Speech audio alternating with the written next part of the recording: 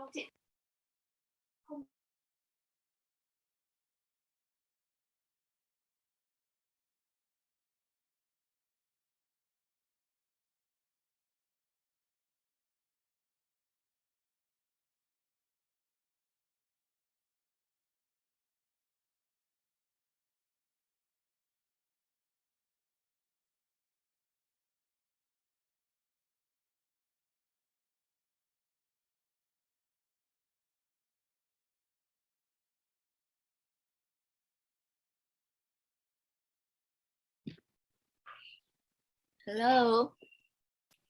Hello. how are you today? I'm fine. Right. Let me see. Okay. Yes, we just come to our lesson today, right now. About grammar. Okay, so we still learn unit 2, but we are turn to like the grammar part. Yeah, is like how to use have to and adverbs of frequency or question words. Okay, so let's see.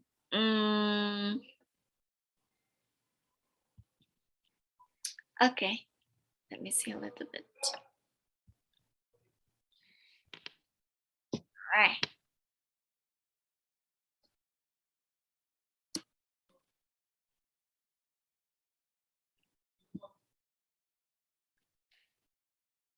Okay, so we have a like British school Q&A here. All right, it's just a like short dialogue. Okay, so the British school near London is for students with an ambition. Do you remember ambition? Ngữ. Ambition, remember? Mơ ước. Mơ ước, đúng rồi. Dream, mơ ước hoài bão. Okay, to get a job connected with performance arts. Right. Okay, so we have some questions here and some answers here. The first question, the first dialogue, okay. Let's check. Okay, so I will ask you and you will answer the question here, okay? Yeah. Okay, how old do you have to be go to the British school?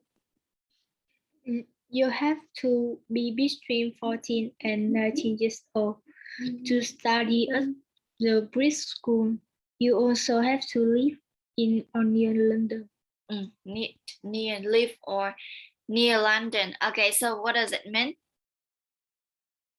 Bạn phải ở độ tuổi ở độ tuổi từ giữa 14 đến 19 để học tại trường này. British school, okay. Bạn cũng phải ở gần ở gần London. Ở trong London hoặc là ở gần London. Okay. Do you have to pay to study there?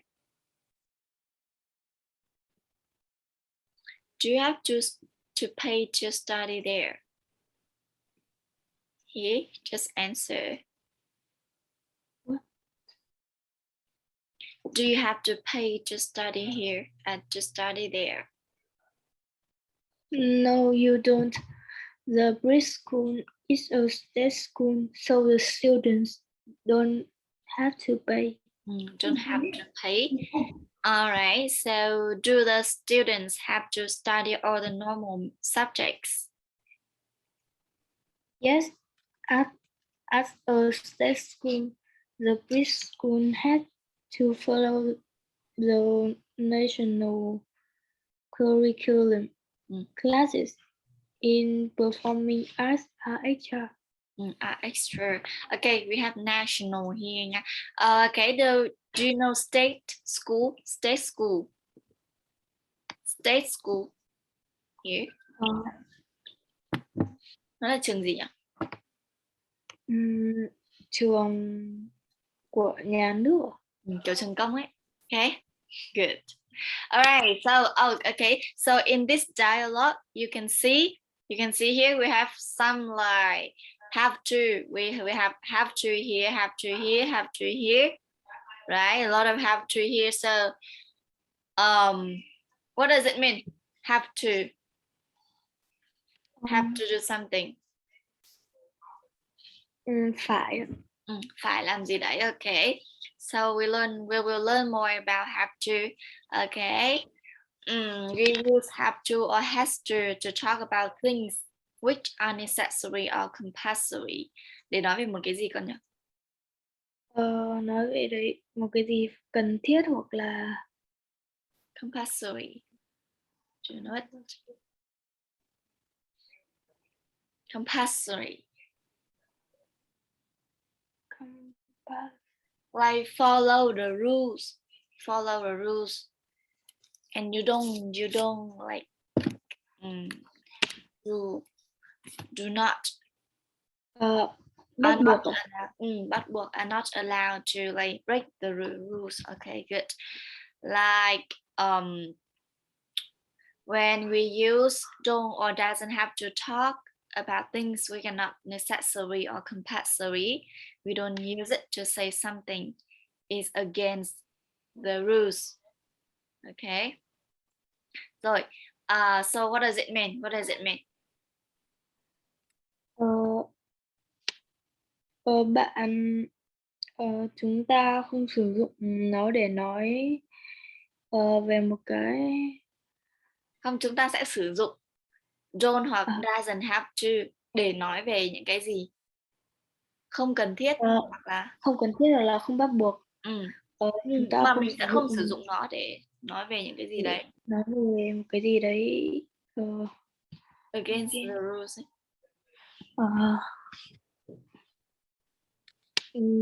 Chống lại cái luật. Kiểu quy định, okay, rules like against the rules, tức là nhá, khi con dùng have to hoặc là don't have to gì đấy thì nó là một cái gì cần thiết cho mình, tức là nó mang tính khách quan của mình thôi, là một cái gì cần thiết. Ví dụ nhá, you can go home now, you don't have to stay until 4:15, là con có thể là về nhà bây giờ và con không cần phải ở đây đến tận 4:15 đâu. Đấy là một cái điều không cần thiết, con làm ở cũng được và không ở cũng được. Okay, but with the example you don't have to use your mobile phone in class, là con không được dùng điện thoại trong lớp, thì đấy là cái rule rồi, đấy là một cái bắt, cái không được làm, không được phép rồi, thì cái này mình không dùng don't have to. So what? Well, so if we don't use have to, so what we don't we use? What do we use? Haven't to. No, it's not. We just you don't have to or doesn't have to. We don't have haven't to nhá. Mình sẽ không có haven't to đâu. Ở trong trường hợp này nhá, in this situation, have is a verb. Cái từ have này của mình nó là verb rồi nhá, nó là một verb đấy, cho nên mình mới dùng trợ động từ don't hoặc là doesn't. Còn khi mình dùng là haven't nhá, khi mình dùng là haven't, right, mình thêm not vào have thì tức là cái từ have này nó lại biến thành một trợ động từ rồi, chứ nó không còn là một động từ nữa. Ok. Thì mình không dùng have to, don't have to trong những cái trường hợp liên quan related to rules, liên quan đến rules thì mình sẽ dùng must hoặc là mustn't. Okay. Yes. All right. Okay, so we have some structure here with the affirmative. Okay, so we have to, what subjects we use with have to? Have to. What subject? We. So what about has to? He, she, it. Okay, so after have to or has to we use verb. Verb gì nhỉ? Infinitive. Tức là verb gì? Nguyên thể. Yes, good. About the negative, we just like put don't or doesn't before have to or has to. Okay. before have to, or yes, before have to.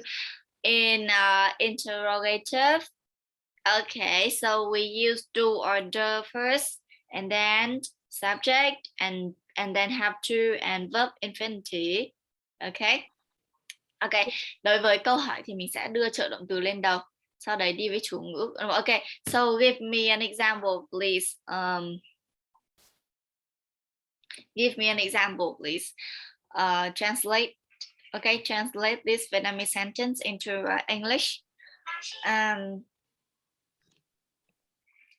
Con có phải đi học vào chủ nhật không? Translate into English. That do you have to do you have to go to school Vào chủ nhật. On Sunday? Yes, on Sunday. Good. It's so easy. Okay, so let me know how many examples of have to. Can you find a text? And it is like, are they affirmative or negative or interrogative verb? Form. How do you have to be? Okay, so the first question, this one, right? Have to here. So yeah. It is affirmative, negative, or interrogative? Interrogative. Affirmative. Interrogative. Interrogative. Okay. Interrogative. Good. Next one. Okay, just like draw line. Draw under the. Con vẽ xuống cho con dùng điện thoại hay là máy tính đấy? Dùng máy tính. Okay, so can you please draw line under the word have to? Example of have to. Good. So which form of this have to? Informative. Affirm chứ con. Affirmative. Affirmative. Yeah. What else?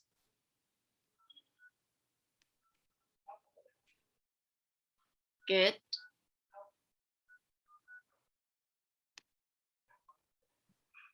Yes. What form of this have to? What form? Affirmative. Affirmative? Is it right? This one? Yes. Affirmative? Is this affirmative? Okay. In interrogative. Interrogative. Okay, interrogative. Next one.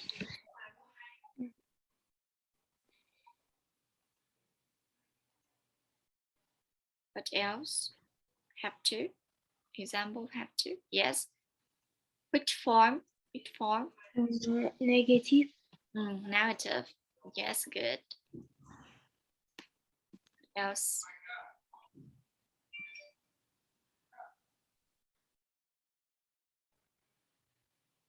Have to.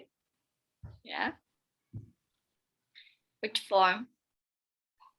Interrogative. Interrogative. Okay. What else? Yes, at a state school, I have to follow. Okay, so we have has to here. Yeah. Which form of this? Affirmative. Yes, good. Affirmative. Yeah, pretty good. Okay, now you have to listen to the text. How I have to and has to pronounced. Okay, so we just like the way how to pronounce have to or has to. Okay, so we have to and has to. Okay, một cái là has. has. Okay, we have has to and have to. Okay, okay, have. Một cái là có âm v v cuối, còn một cái là có z. Okay, have to and has to. Okay, this easy. Okay, so now you have to complete the sentence about your school. Use affirmative or negative form of have to. Okay, so number one. We don't have to do PE every week. Number two. The head teacher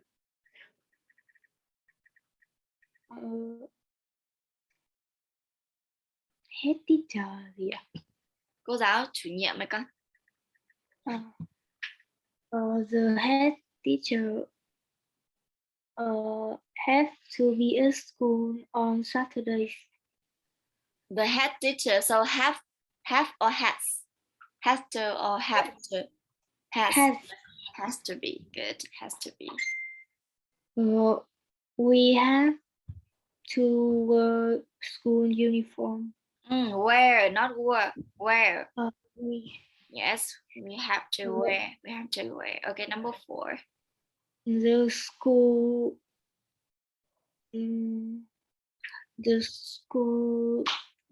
has to stay open at the weekend. Good. Number five. We don't have to do all our homework on computer. Good. We don't have to. Okay. Yes, so just look at the pictures and use the affirmative or negative of have to talk about her day. Okay. So okay, so you just make the sentence, okay, to talk about like Millie's school's day, okay?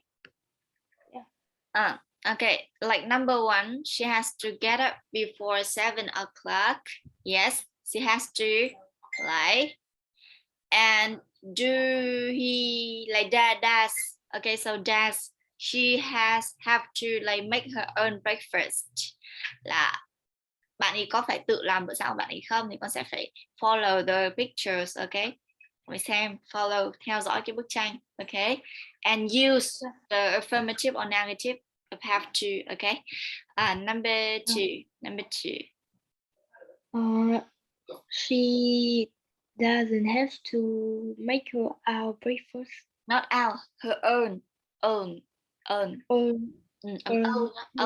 Okay, own breakfast. Number three. She has to walk to school. If that's right. Yeah. Ooh, I think that she takes the bus, right? Okay, so she doesn't, or she doesn't have to walk to school. Yes. Number four.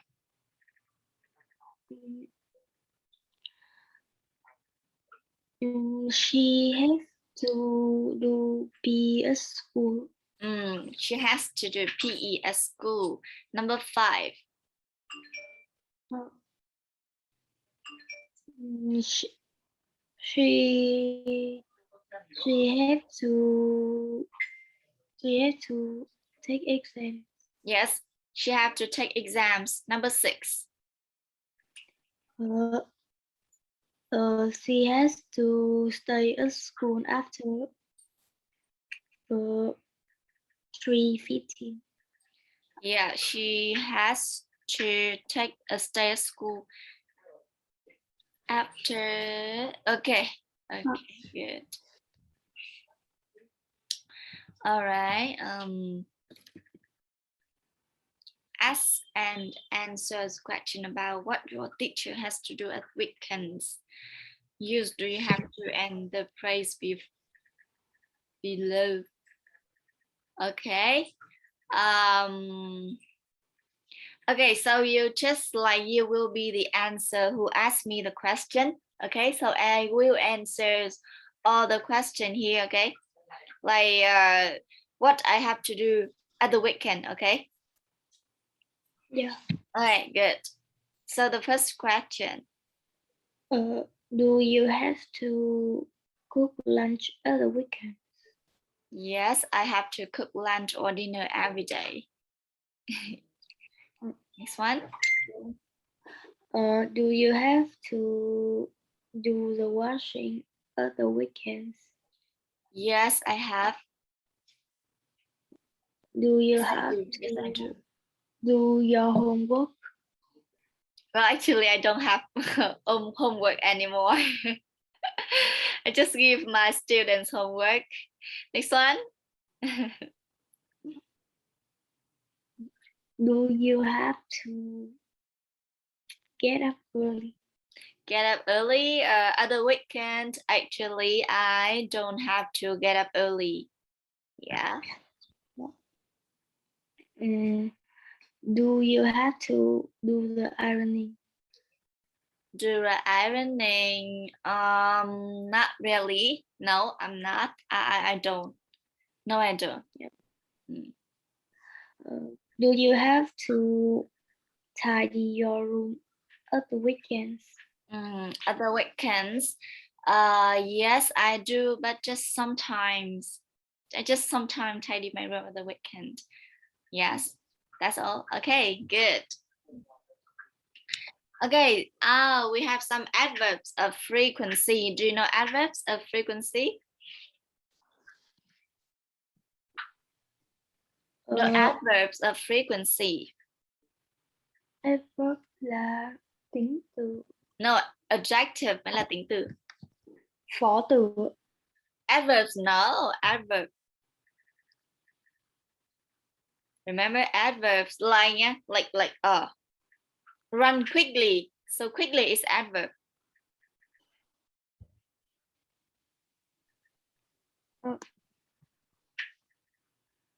Quickly is adverb or what?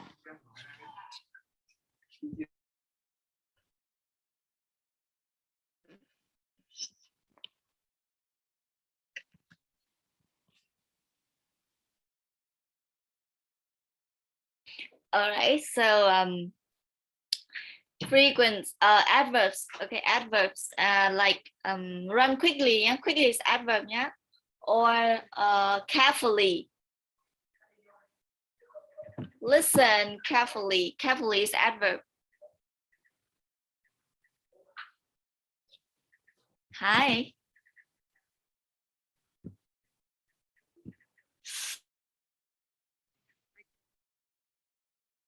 Okay, hello.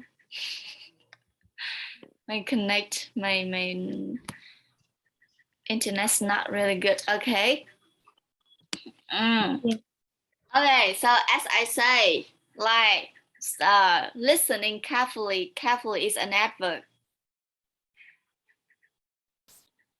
Nó bổ sung ý nghĩa cho động từ ấy con. For verb. Yes, trạng từ. Good. Okay. So adverbs trạng từ frequency. Frequency là gì? Thường xuyên. Cái này gọi là adverb of frequency, nó là trạng từ tần suất nhé. Từ chỉ tần suất. Ok, trạng từ chỉ tần suất thì cái này dùng trong thì gì nhỉ? Thường dùng trong thì gì? Hiện tại đơn. Yes, hiện tại đơn. Ok. Like to show your habit. Habit. To show your habit, right? Để nói về thói quen. Okay. Alright, so we have some adverbs of frequency here. The first one is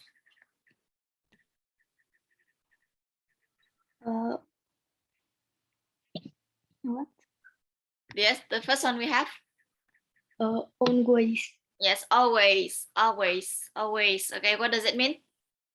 Luôn luôn. Okay, next one we have. Usually. Usually, usually. What does it mean? Thường xuyên. Good. Next one we have. Normally. Normally or generally. Generally là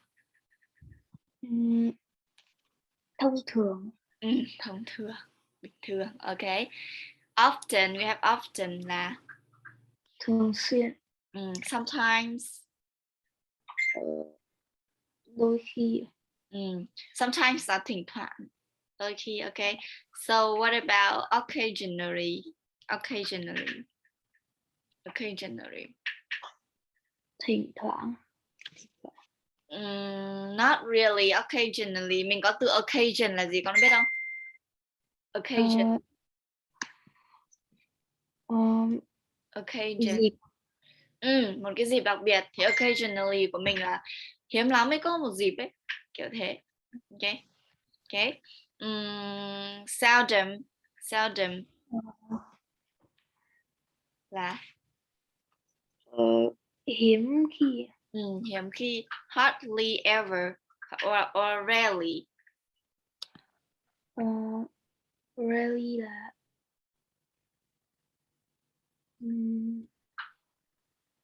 kiểu Hardly ever or rarely. Nó cũng là hiếm khi nhưng mà kiểu thấp hơn. Yes, thấp hơn cả seldom. Okay. And never là không bao giờ. Không bao giờ. Nên never là không bao giờ luôn. Okay. So where do you put the adverb? Where do we put the adverbs? Okay, you can see here. You can see the example here. We have Daniel's always pass his exams, or he's always happy. Okay, so where do you put adverbs of frequency? Before main verb. Yes, before main verb. And after verb be. After be, after to be. Okay, after to be. Okay, so I think that you have to note this one. To note this one about the position of adverbs of frequency.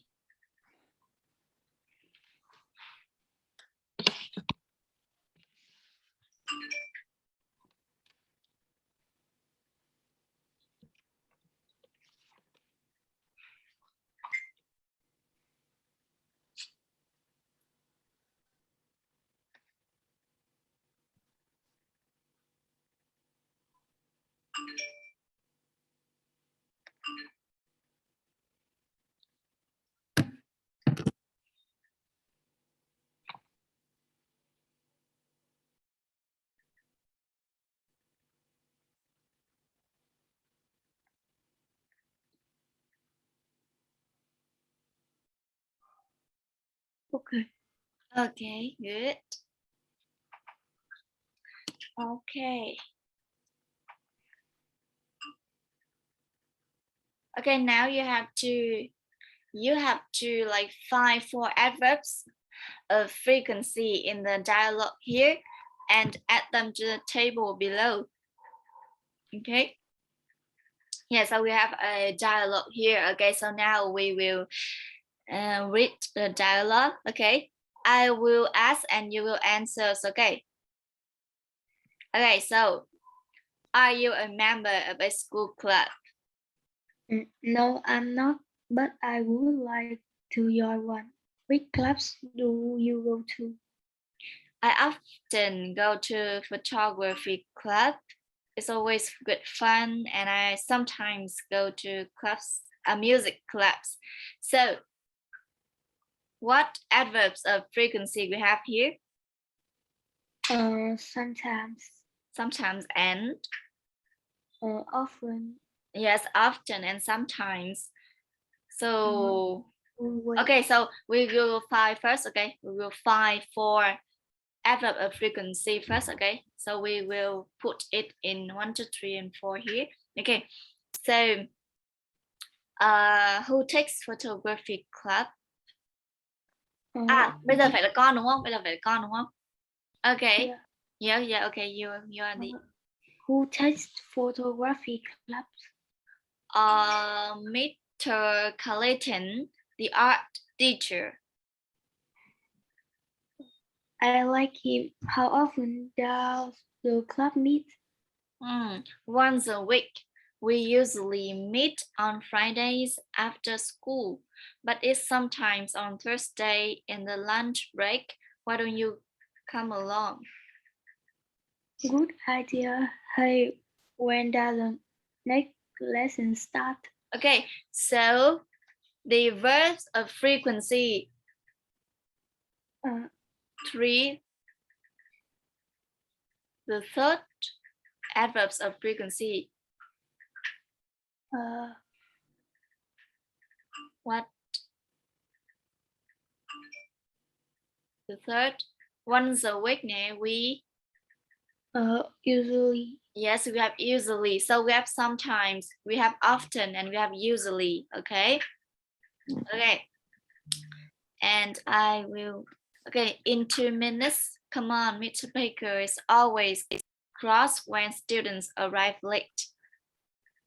So the final adverb of frequency. What is the final adverb of frequency? Cái adverb frequency cuối cùng là gì con? Mình còn một cái nữa là cái câu cuối đấy. Always. Always, yes. So we have often, sometimes, always, usually. Okay, so now you have to put it in here, like từ 0% cho đến 100%. So after hardly ever thì mình sẽ có gì nhỉ?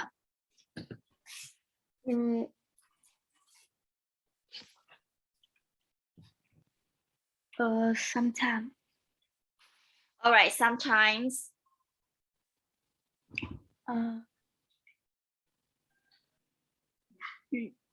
Usually. Sometimes. Often. Yes, sometimes, often. Usually. Usually and always. Good. Sometimes, often, usually, and always. Okay. Now you have to put the adverb of frequency in brackets in the correct in the sentences. Oh, okay. Put the adverb of frequency in the correct place. Bây giờ con đặt cái sometimes, cái often, những cái này vào đúng vị trí ở trong câu này. Okay. Kat sometimes watches TV in her bedroom. Number 2.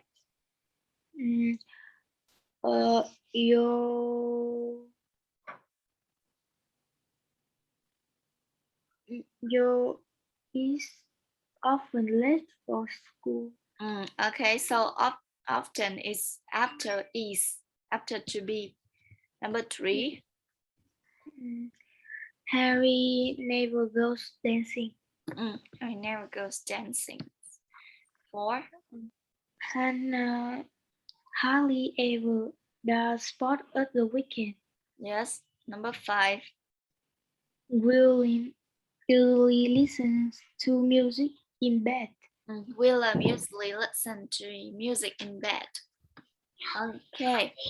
Okay, so just write the words in the correct order to make sentences. Okay, chỉ là sắp xếp câu thôi. The first sentence is Sally never loads the dishwasher. Okay, loads. Loads. Yes, loads the dishwasher. What is loads the dishwasher? Do you remember? We xếp bát vào máy rửa bát. Load the dishwasher. Yes, good. Number 2. I often send text messages to my friends. I often send text messages to my friends. Good. Number 3, please. Harry and Alex sometimes go to bed after midnight. Number 3 first.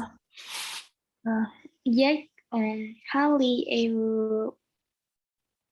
Jake is hardly ever hungry at school. Hiếm khi mà đói bụng ở trường. Okay, number 4. So Harry and Alex sometimes go to bed after midnight. Good. Number 5. Frank usually tidies his bedroom at the weekend. Good. Number 6.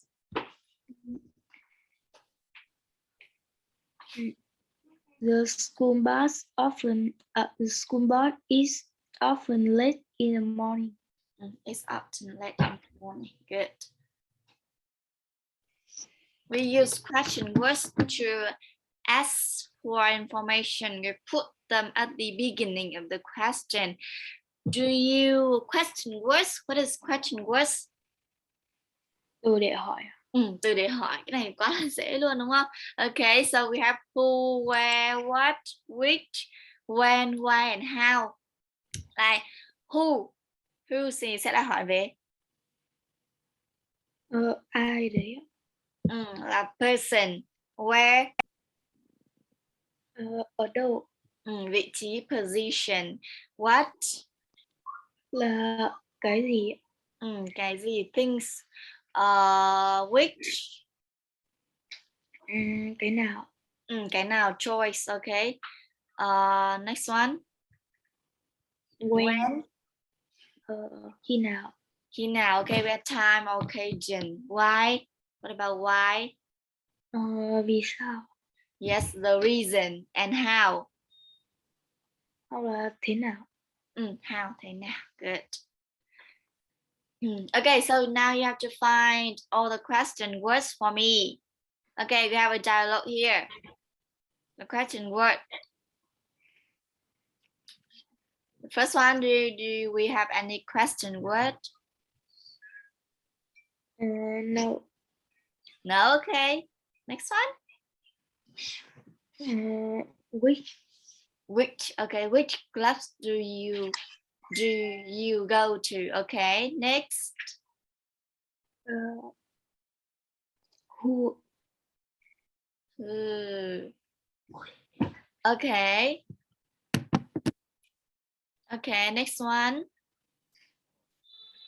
How often. How, okay, how often. How often là gì nhỉ? Để hỏi về cái gì nhỉ? Mức độ thường xuyên. Yes, good. How often does the club meet? Okay. What else? Why? Why? Yes. Why don't you come along? And when. anything else? Yes, when. Okay, good. So easy. Okay, so now you have to read the answer and underline your correct question words to complete the sentences here. Okay, so you have to find out what question words is correct for the answer. Okay, tìm xem cái từ để hỏi nào là nó phù hợp với cái answer của mình. Okay, so number 1, by bus. How or where? How do you get to school? Good. Number 2. Where are you? Where are you? Yes. Number 3. When do you do your homework? When? Khi nào? After dinner. 4. How many subjects do you do at school? How many subjects? Yet 5. When do you usually meet your friends? When? 6. Whose pencil is it? Which one? The second. The second one. Good. The second one. Good. Yes. Okay, now you have to complete the question with correct question words. Okay. The first one, brothers or sister have you got? How many brothers and sisters do you got? Good. Number 2. Where do you sit next to in math lesson? Yes. Who? Where do you sit?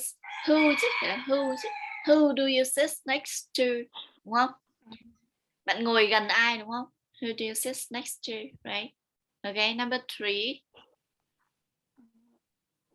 How do you travel to and from school?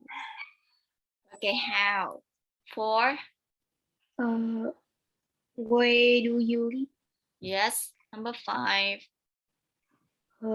When do you usually go to bed? When do you usually? 6. Uh, mm, what do you usually eat for breakfast? What? 7. What do you prefer, pizza or pasta? Okay. Is it what? Which? Yes, đây là lựa chọn đúng không? You have two Yeah. choices. Yes, it have to be which. Good. Oh, okay. So the exercise today is so quite easy. The lesson is quite easy for you. And okay, I realize that this program is quite easy for you. Cô thấy cái okay, let me see. Cái này nhá, cái chương trình học này nó khá là dễ cho con ấy, chỉ có some new words thôi, chỉ có một vài cái new words con chỉ gặp khó khăn, just have the difficulty in new words. Chứ còn about the grammar or something like that, like you don't have any difficulties. Những cái này nó khá là dễ đối với con đúng không? Cô thấy lực học của con sẽ thích hợp với những cái nào nó khó hơn ấy. Okay, let me see. Cái này thì đối với con nó khá là dễ. Alright, let me see a little bit and I will give you some exercise. We will do exercise right now.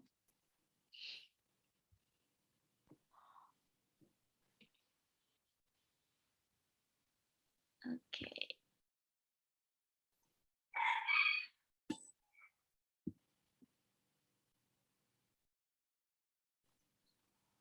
Alright, let me share the screen. Okay, can you see the screen? Yes. Okay, so now we have some signs here. We have some signs here, okay? And you have to complete the sentences using have to and the verb below, okay? Okay, the first one you have to stop. Second one will be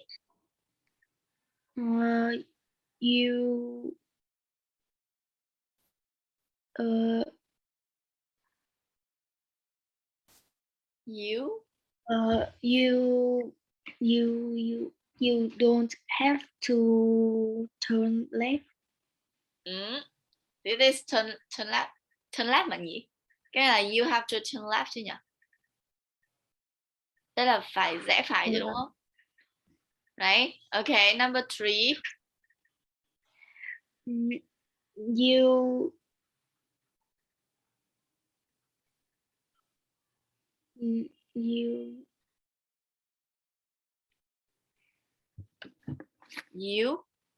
you have to be careful. Yes, you have to be careful. Good. 4. You have to wear a hat. You have to wear a hard hat. What is hard hat? Cái mũ cứng. cái mũ bảo hộ. Cái mũ bảo hộ ở mấy cái công trường ấy.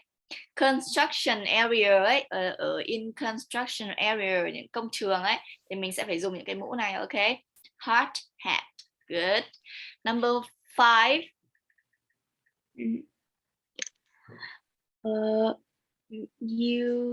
You have to sit down. You have to sit down. Yeah. Good. Number 6. You have to walk. You have to work. Yes, good. Number 2. Okay, just complete the sentence with have to or has to. Okay, number 1. Your mom Your mom has your mom has to buy a ticket for me. I have got one. Okay, so he or she has got one. Tức là bạn ấy có một cái vé rồi đúng không? Okay, so your mom doesn't have to or has to. Doesn't have to. Yes, doesn't have to. Mẹ không cần phải mua nữa, không phải mua bảo mẹ với bạn ấy là không phải mua cho tôi nữa bởi vì tôi có một cái rồi. Okay. Number two. You have to leave now. The cafe is closed. You have to leave now. The cafe is closed. Number three.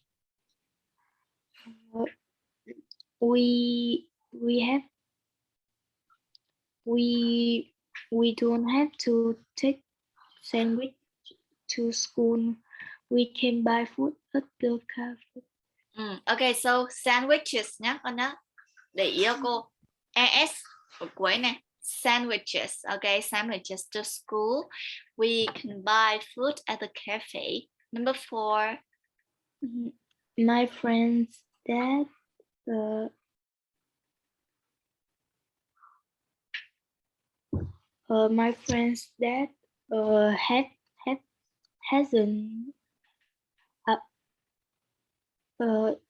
doesn't have to work. He's got a million of euros in the bank. Wow. It. My friend's dad doesn't, right? Doesn't, okay, doesn't have to, okay, doesn't have to. Okay, chắc là giám đốc của ngân hàng đấy, manager of the bank. Okay, number five. We can take mobile phones to school, but we had to turn them off during lessons. Turn them off during lessons. Number six. I don't like basketball. I don't like basketball. I don't like basketball, but I have to play it at school in PE lessons. Okay. Number seven.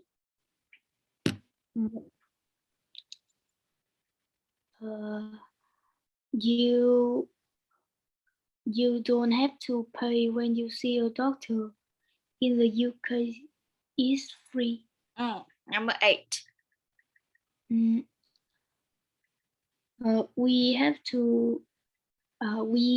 don't have to arrive at school by 8:20 because the lessons start at 8:25.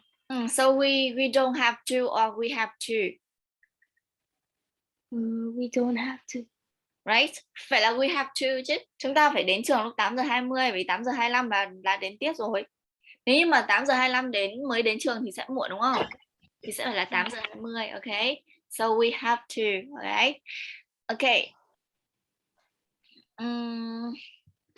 Okay, so we still have some other homework, other exercise here. Okay, so you will complete it at home. Okay, I give your mother the link. Okay, did your mother give you all the exercise? Yeah. Đấy, cái link mà cô gửi cho con ấy thì nó có những cái bài tập này.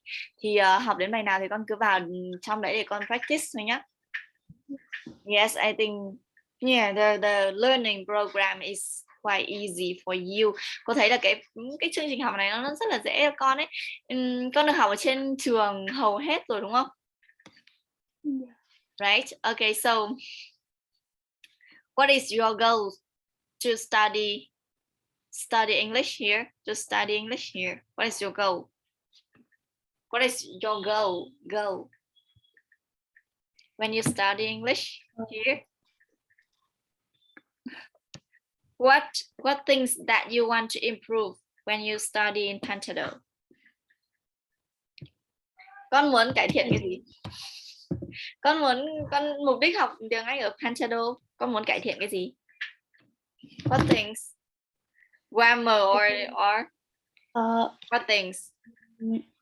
Or your mother say you have to learn, so you just learn. No. Yeah. Mẹ bảo học phải đăng ký học, thế là học thôi à? Yeah, I think your grammar is really good, and chỉ có mỗi cái like speaking là phải improve thôi, còn đâu cô thấy grammar và mọi thứ ở cái phần cơ bản này thì khá là tốt, khá là vững rồi. Ok, có một vài cái vẫn chưa ổn thì mình sẽ cải thiện nhé. Ok, good. Right, so do you have any question? No. Okay, so goodbye and see you. Goodbye. Okay.